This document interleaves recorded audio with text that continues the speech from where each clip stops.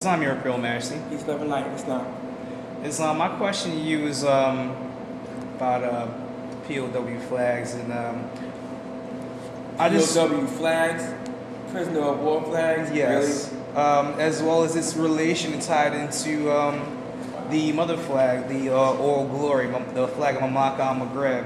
As far as my knowledge is concerned and related to that, I know that flag has been encumbered by particular parties, particularly during the times when it kind of really started between the pre-colonial and colonial times of Mamlaka-Amexem all the way to the time when she won her independence.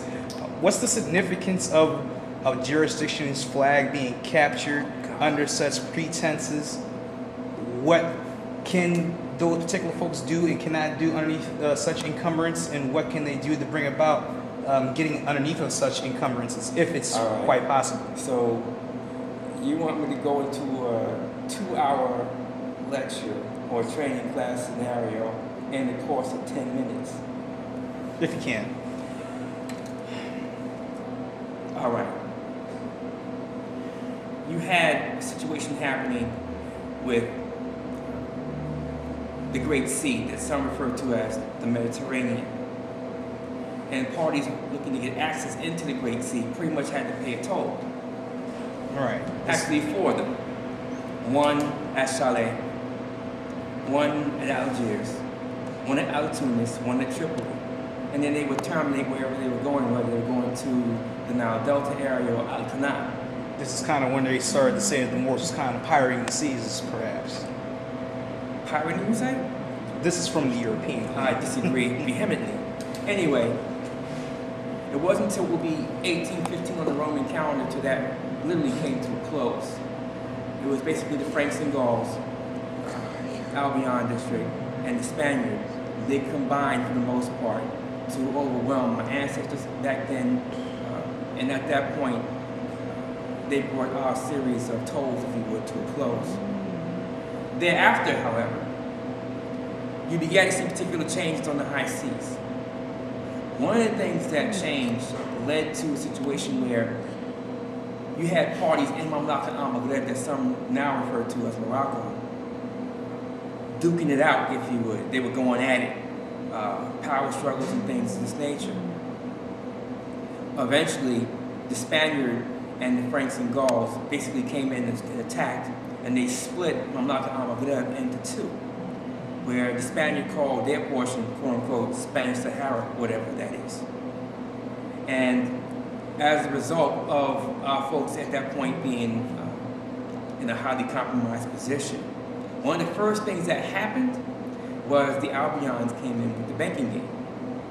And for the most part, it was all about creating debt and getting our folks in Mamlaka-Amexem to be heavily indebted, to become default economic slaves. And things from there spiraled out of control for quite some time. And then you have what some refer to as World War II breakout. And then His Majesty Muhammad V, after those hostilities were brought to a close, was leading the charge to basically get the Vichy and the other forms of Franks and Gauls out of the way and basically resume as a non-protectorate of corporate France, the Franks and Gauls. What had occurred was he got captured. His Majesty got captured, was taken to what's some called Paris. There was a deal that was made, and once that deal was basically made, he was released as a default vassal of the Paris Club. Hence the captured nature that you speak of. In a different setting, because it was already captured, but it refolded and was captured in a different manner at that point.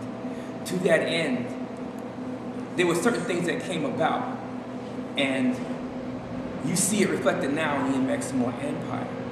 I made particular moves when I was asked to write what became the Amexem-Moor-Empire Constitution when the Imperial Council decided to to ratify what became our law form in the form of the Amexem-Moor-Empire Constitution.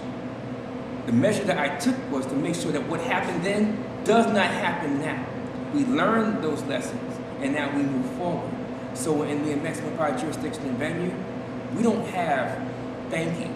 We don't have fractional reserve banking. We don't have credit. It's prohibited. It's banned.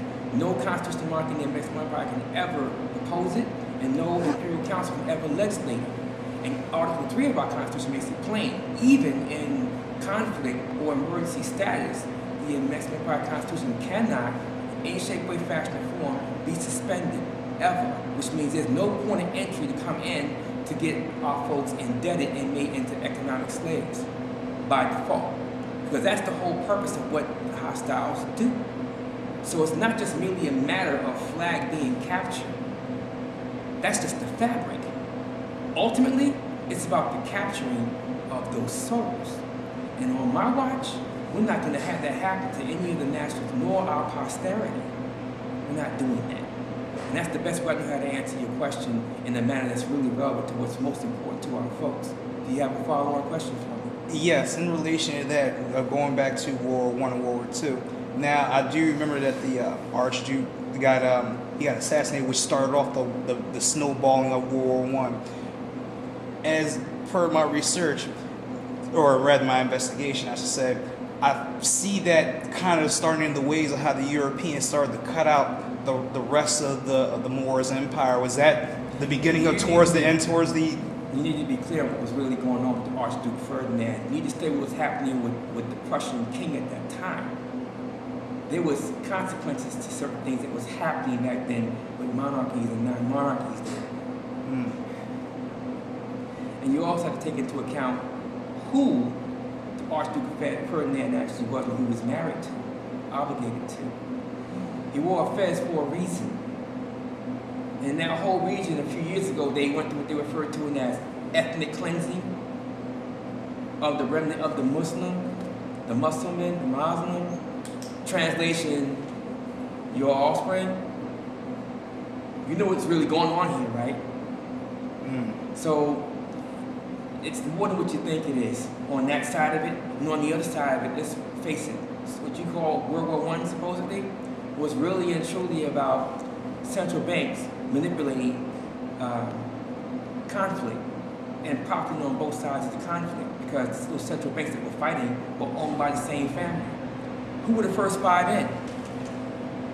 The Rothschilds, Goldman Sachs. The first five in, so-called Austria-Hungary, so-called Germany, so-called Italy, so-called France, and so-called England. Central banks owned by the same family, financing both sides of the conflict. So it's way more than what folks think it is. But anyway, I'm going to hold those comments for now. Thank you for your questions. Peace, love, and light be with you, and prosperity as well. Islam. Islam, very much.